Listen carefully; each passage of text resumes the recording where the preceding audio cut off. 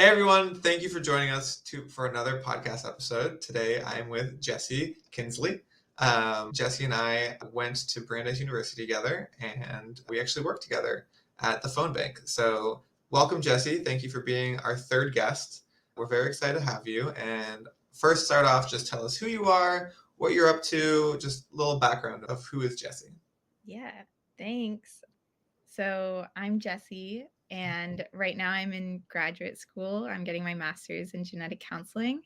Like you said, I went to Brandeis and I spent a couple years in Massachusetts, but I actually grew up in Saudi Arabia for most of my life. And I feel like that had some implications for my diabetes as well. But I think Project Insulin is really exciting. And like I had reached out to you because I saw it on Facebook. So I'm excited to actually contribute in a meaningful way. So So Jessie reached out. I posted on Facebook that we're starting Project Insulin, and then Jessie, I think within 24 hours, reached out and told me that you were interested in helping. Life got in the way. That's totally okay, and we're here now. So I'm glad everything full circled, and we're here to discuss and chat. And so you kind of teased it already. So growing up in Saudi Arabia.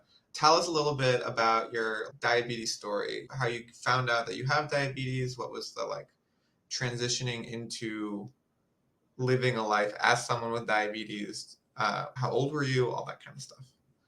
yeah. So it's interesting because I really don't know. Like I took some medical school classes for my graduate programs. I've learned a lot about diabetes like in hospitals in the US, but I think my experience in Saudi, I don't know if it was just because it was like a different country. It just felt a little strange Okay. because basically, so I was diagnosed when I was 8, and for at least 3 months before I was diagnosed, I was like very sick. I think there was like one day that like I lived a 2-minute walk from my school and I would always walk to school, and there was one day I called my mom and I was like, "I can't walk to school." And Mhm. she was like, "That's so weird." And Yeah. I think like and my mom has told me that she feels very bad for not catching it sooner, so I don't wanna blame my mom. I think she did the right thing, but I just feel like it took a while, and now that I'm in classes where I'm, like, learning about the symptoms, I'm like, "Of course it was diabetes," you know? But I had pretty typical symptoms, like, very weak. I lost a lot of weight, and yeah, like, the constant urination, the sweet breath, I had all of it. But basically, the, like, turning point was I loved birthday parties as a kid. I was obsessed with them, and one weekend I had 2 in one day, and this was after I had been sick for a couple months. I came downstairs and I was like, "Mom, I can't go to the birthday parties." Mhm. And she was like, "Something's wrong, like, if Jessie can't go to these parties." And then I actually ended up, like, puking on her lap. Oh no. So then she rushed me to the hospital, and I this is the part that is very weird to me. Mhm. It took a while for them to diagnose me, like, I did, like, a 24-hour fast. I know that's, like, not how diabetes is diagnosed now, but essentially and there was also something wrong with my heart, which was unrelated. I had, like, heart murmur. So, basically, it took a little bit, but they told my parents like, I'm type 1 diabetic, and because I was 8, I don't really remember it all at all.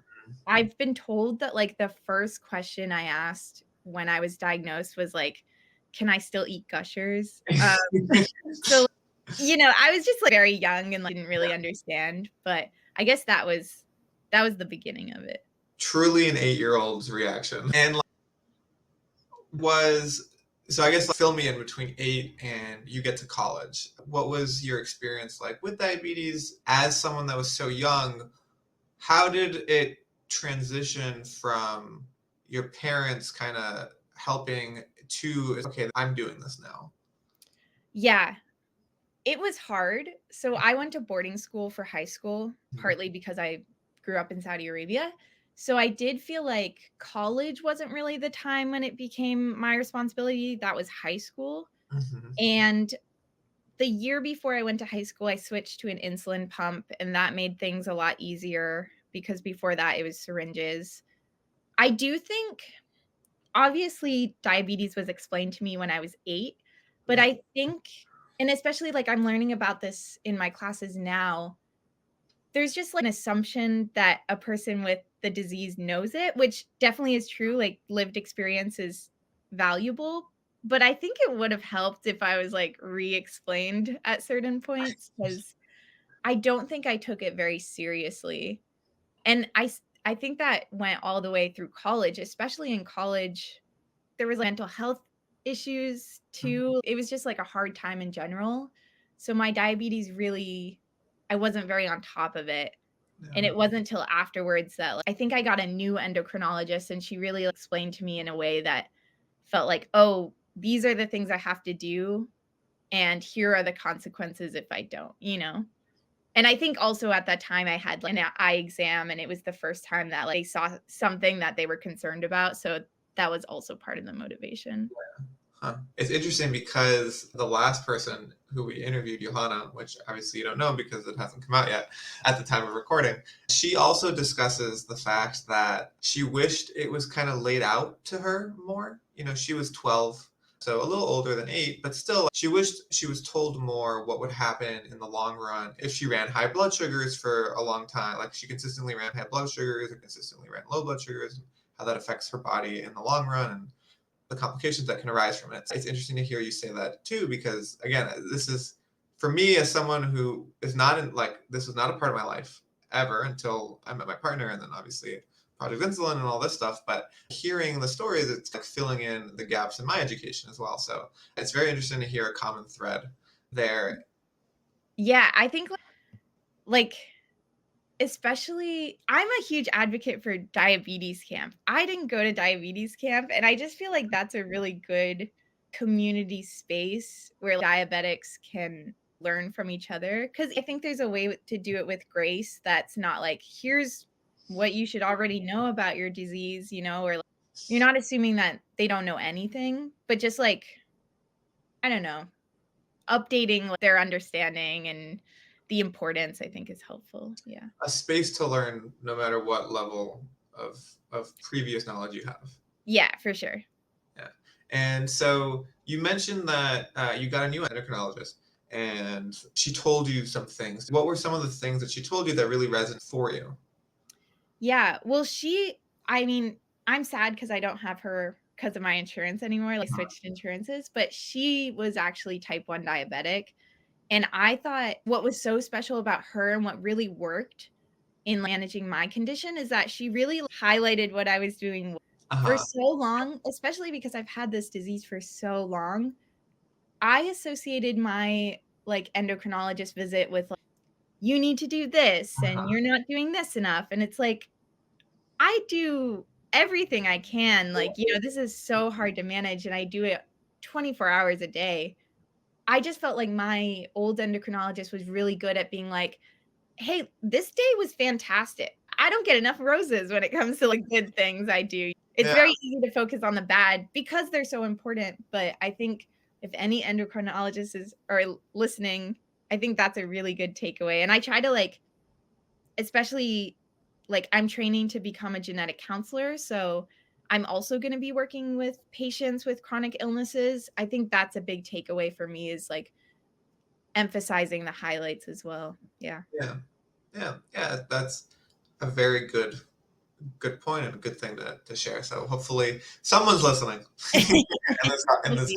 this helps potentially change the trajectory of the way an endocrinologist does their work or a patient looks for an endocrinologist or even just resonates with their good and bad days, right? Like everyone has good and bad days and it's magnified with diabetes. Yeah. One of the things that to me was really exciting, well, not exciting, but interesting, was you messaged me after Project Insulin launched and told me that you had type 1 diabetes. I think, in fact, in the message you wrote, I don't know if you know this, but I have type 1 diabetes. And I didn't know it. And the reason why it was interesting is because I was your manager at the Brandeis phone bank.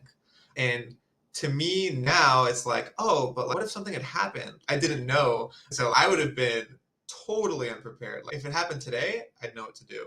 But I would have had no idea what to do. So I'm curious, what is it like getting a new job or like just entering a new space?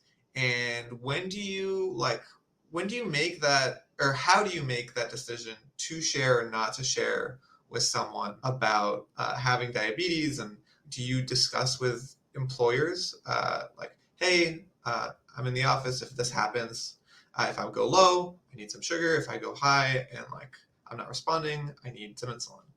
Yeah, walk us through that. Yeah. There's a lot to that No, no, question. no, no, no. So I'm almost thinking, like, before I get to that question, I think specifically the time in which, like, you were my manager was important because, again, like, I really wasn't on top of my diabetes at that point, and it's actually kinda funny. I know I talk about grad school a lot, but it's kinda my whole life right now, but, um, we were doing presentations on chronic illnesses, and I don't know the paper's title, but I could send it to you after. okay.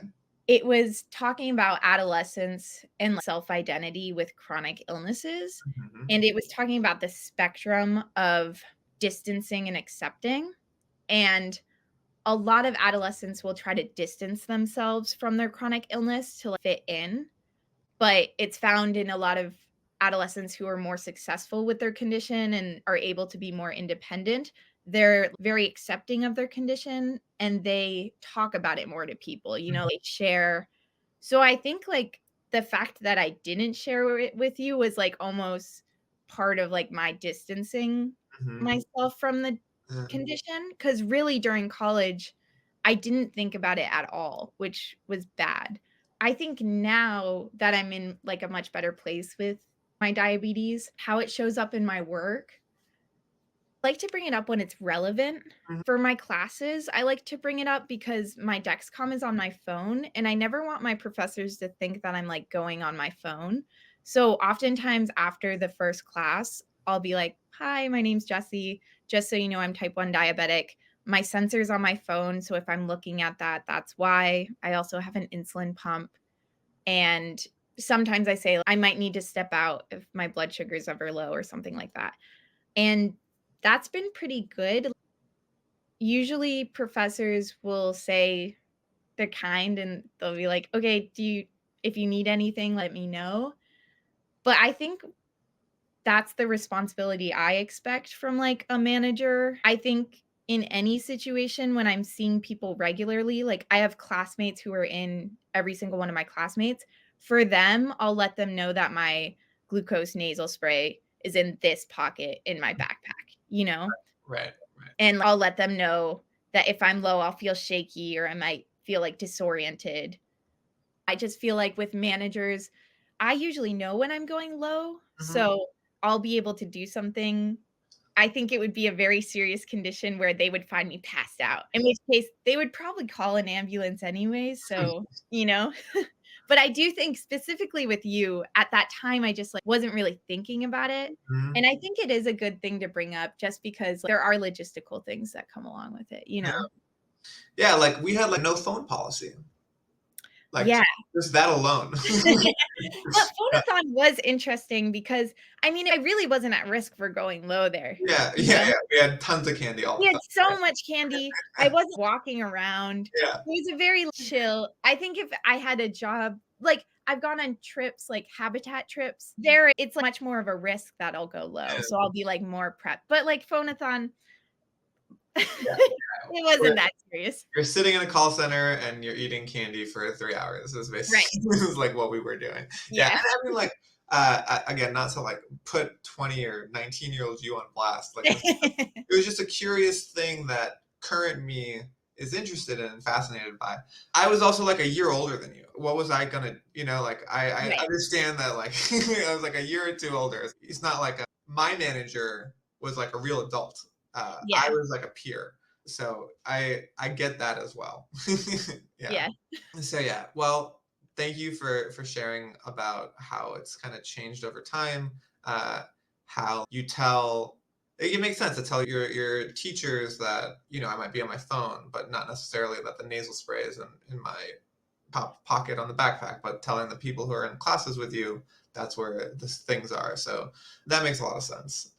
And I guess the last question for me is what do you wish more people knew about diabetes? You talked about how you wished you knew more. at different stages of your life, but like, what do you wish people in general knew more?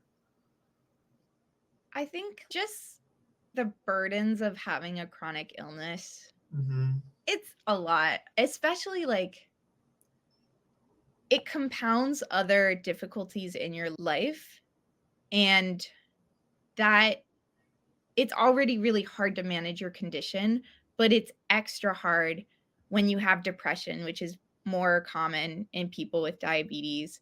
It's extra hard when you don't have insurance and when you're stressed about paying for insulin because it's so expensive.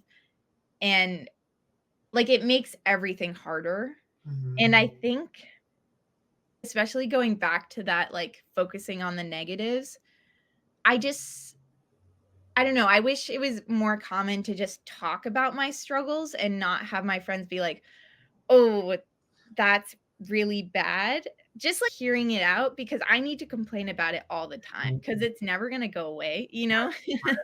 Right. And also highlighting the good parts, because if it's like a marathon, like, it feels good to get, like, some good feedback. I don't know, that Yeah, I yeah. was going on too many analogies there, but You want a snack at the halfway point. You like Yeah. you want the good job signs up while you're Yeah, running. I want a snack at every mile, Yeah. though. You don't just want the medal at the end. Yeah, Yeah, absolutely. That makes sense. yeah, but and in general, I think going back to the community piece, I think that's so important. That's really helped me in my journey is just, like, talking about it. I think after grad school is over, I wanna become more involved with, like, organizations and just meeting people 'cause it's just nice to talk to people who get it, you know? Yeah. Yeah. So I lied. I have one more question for you. Okay. What? So I guess, well, one more and then the wrap up. What was your reaction when you saw, you know, we didn't stay connected. You just saw on Facebook that I started this nonprofit called Project Insulin. What was your reaction and why did you reach out? Like, what was the feeling for you? Mm. I think with me, with the activism that I find myself in, I'm always thinking about, like, how is this worse because of your socioeconomic class? Just the different structures in life that put people at a certain advantage and put certain groups at a disadvantage. And I think a lot of diabetes I think there's, like, 2 types of diabetes activism. There's, like, awareness, which I think is helpful, like, getting to talk about my story and, like, hearing other people's stories. I think it puts people's lives in perspectives, and I think that's really important. But I think concrete activism that it's like people, homeless people who are diabetic and don't have insurance, because they might not have a job, their lives are so much more difficult than mine is right now, and I'm already having a hard time. I think in any activism that I get involved with, I wanna fight for the people who are most impacted, and I think, like, the mission of trying to get insulin to everyone and make it accessible is, like, a really concrete way to challenge those barriers, you know? Yeah. Um, so I was really interested. Unfortunately, life got pretty crazy, but I'm excited to follow along and yeah, hopefully after grad school Yeah. happens. Well, we'll reconnect. No worries. Uh, Yeah. uh, we will be here. We will Yeah. be here and we will continue doing what we're doing. It might take a long time, but we're working on it. And then, last question. Is there anything else you'd like to share with us about your diabetes journey or just anything at all? I don't know how big this platform is, but you have a platform. Hmm. Um, no. No, I Okay. think that covers all of it. Yeah, diabetes camp, put your kid in diabetes camp. Do it. I think it's important. And then provide scholarships for diabetes camp. Mhm. Yeah. We are going to try to get someone who runs a diabetes camp on here. I know someone, so we're going to try to get it's called Camp Surefire there in Providence. It's a little Nice. teaser for everybody else. Well, Jesse, thank you for joining us. And to everyone watching, thank you for joining us. If you enjoyed it, I don't know, like, share. I don't know how to do this. See you later.